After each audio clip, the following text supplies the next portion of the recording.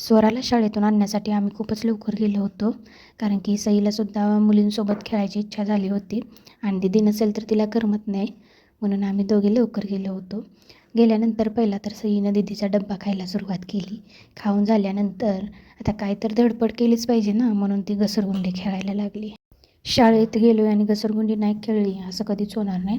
घसरगुंडी खेळून झाली आणि इकडे या मॅडम मातीमध्ये खेळायला लागल्या होत्या. माती म्हणजे सईचा आवडता विषय.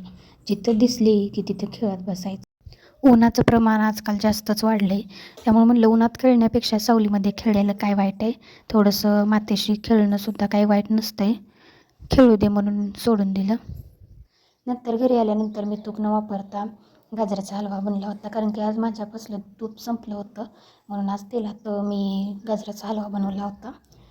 त्यासाठी 1 चमचा तेल टाकलं, किसलेली गाजरं टाकली, परतून चांगली घेतली, त्यात दूध आणि साखर टाकून मस्तपैकी शिजवून घेतली आणि शिजल्यानंतर त्यात वेलची पूड आणि बदाम टाकून घेतलं आणि शिजल्यानंतर असा काही गाजराचा हलवा दिसत होता की ज्यांना आवडत नाही ते सुद्धा आवडीने खातील.